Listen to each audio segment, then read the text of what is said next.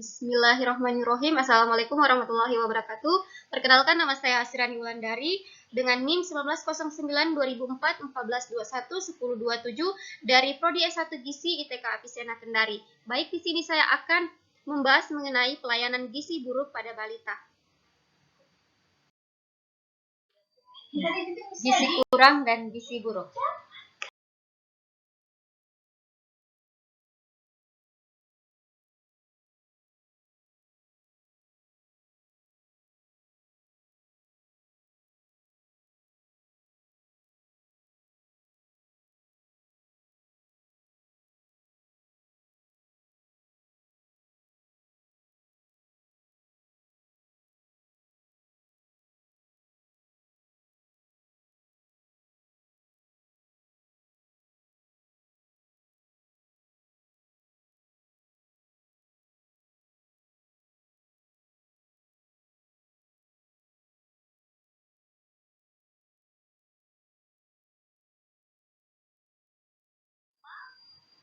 Gizi kurang, keadaan gizi balita yang ditandai oleh satu atau lebih tanda.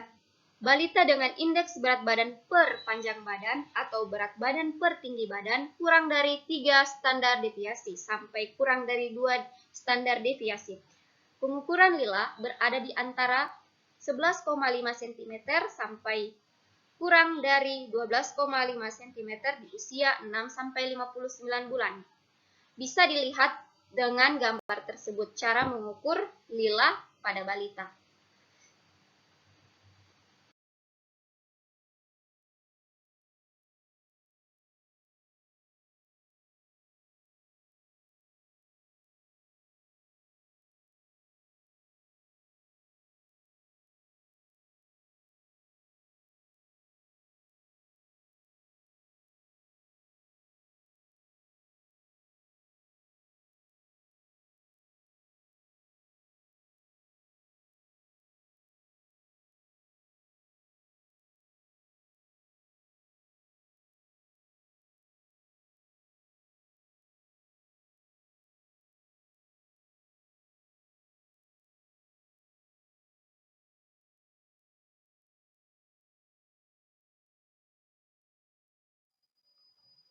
Sedangkan untuk gizi buruk, keadaan gizi balita ditandai oleh satu atau lebih tanda.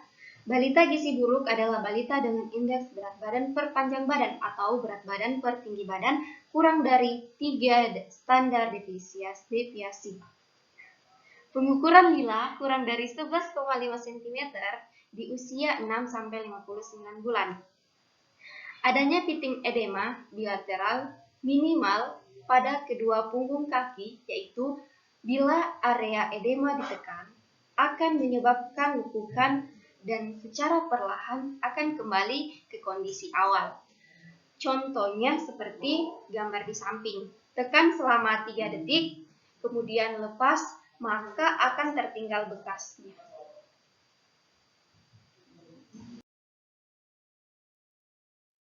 Klasifikasi piting edema bilateral memiliki 3 derajat. Yang pertama derajat 1 atau sedang.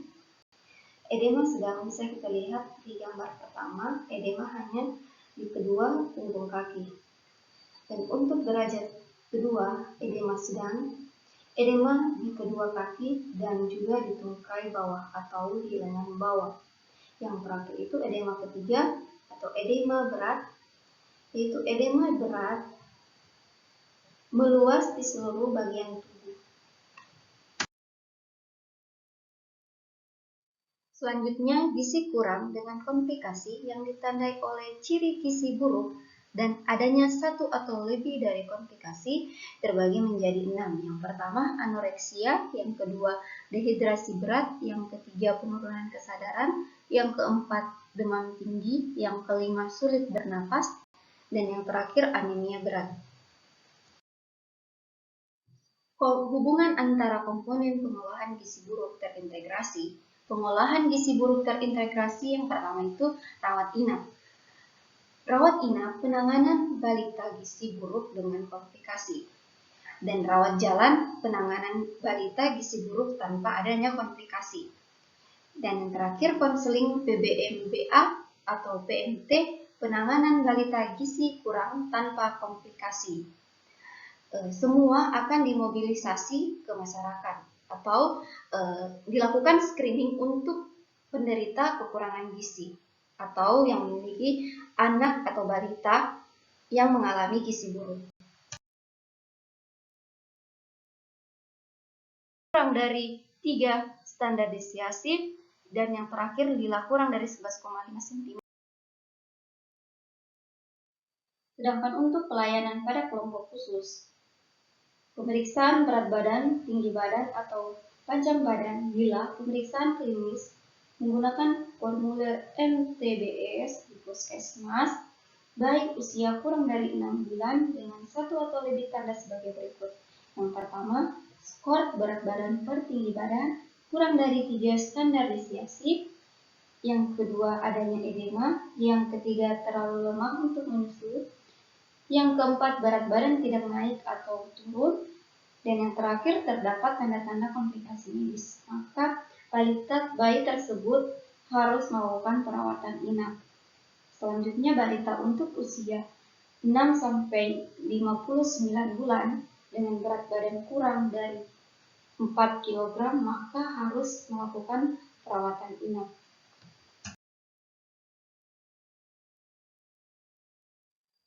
Alur penaksiran balita gizi buruk kurang dari dan jenis layanan yang diperiksa.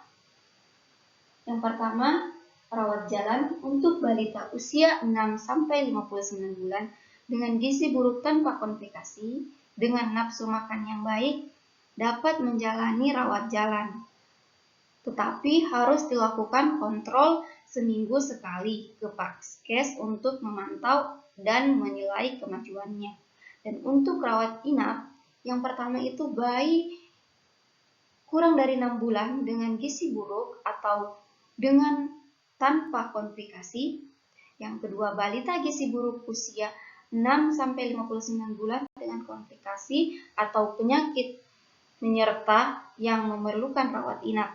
Yang terakhir, semua balita di atas 6 bulan dengan berat badan kurang dari 4 kg.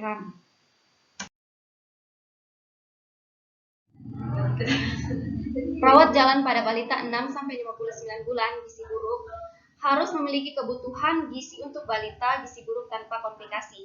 Yang pertama, energi 150-220 kilokalori per kilogram berat badan per hari. Yang kedua, protein 4-6 gram per kilogram berat badan per hari. Yang terakhir, cairan 150-200 ml per kilogram berat badan per hari. Dapat dilakukan dengan pemberian vitamin 100 atau root range of ocean frozen food. Bila menggunakan F100, yang pertama F100 dalam bentuk kering atau susu, gula, minyak diberikan untuk keperluan 2 kali sehari karena formula pada suhu ruangan 75 hanya dapat bertahan 2 kali 24 jam. Catat tanggal saat F100 dibuat. Mineral mix diberikan terpisah. Susu yang telah dibuka hanya bertahan selama 1 bulan. Catat tanggal saat susu tersebut dibuka. Yang kedua, pada tahap awal, balita dengan berat badan kurang dari 7 kg hanya diberikan F100. Yang ketiga, bila berat badan lebih dari 7 kg, maka diberikan 2/3 dari total kebutuhan kalori berupa F100, sisanya diberikan berupa makanan yang mengandung tinggi protein hewani dan tinggi energi atau minyak. Selanjutnya, cara pemberian F100 yang pertama, campur gula dan minyak sayur, lalu aduk sampai rata dan tambahkan susu. Demi sedikit, aduk sampai rata. Selanjutnya, tambahkan larutan mineral mix, aduk sampai rata dan encerkan dengan air yang telah masak sampai mendidih. dan dinginkan sampai sekitaran 70 derajat Celcius. Sedikit demi sedikit, aduk sampai homogen hingga volume menjadi 1000 ml.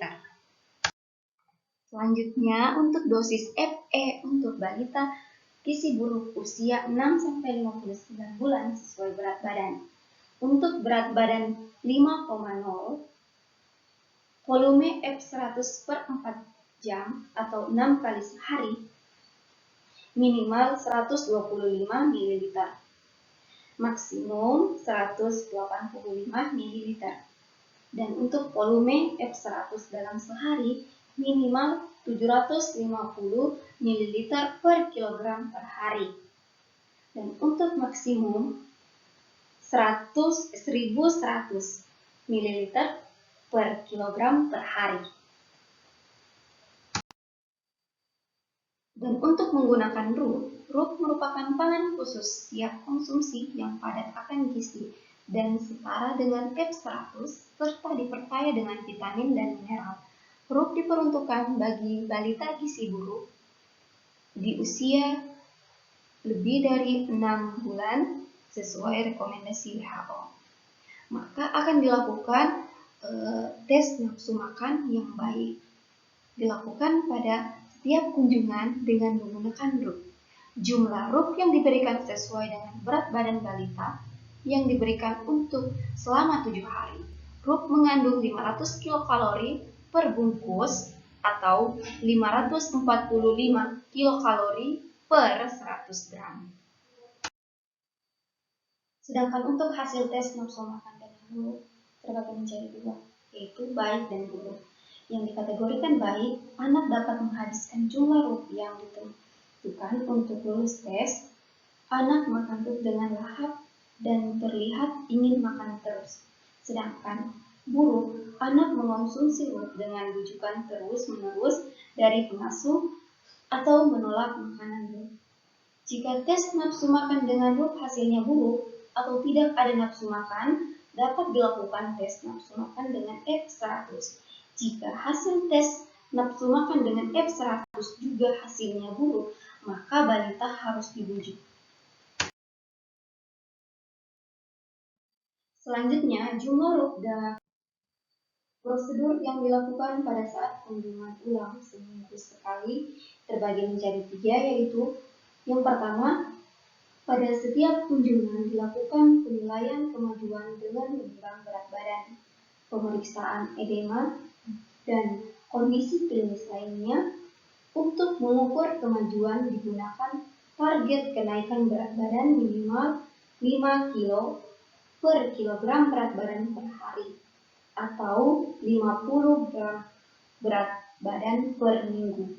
Yang kedua, lakukan penilaian apakah kondisi balita membaik atau memburuk.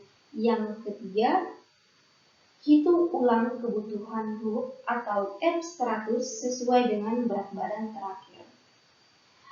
Kriteria kelayakan rawat jalan ada 4 kriteria.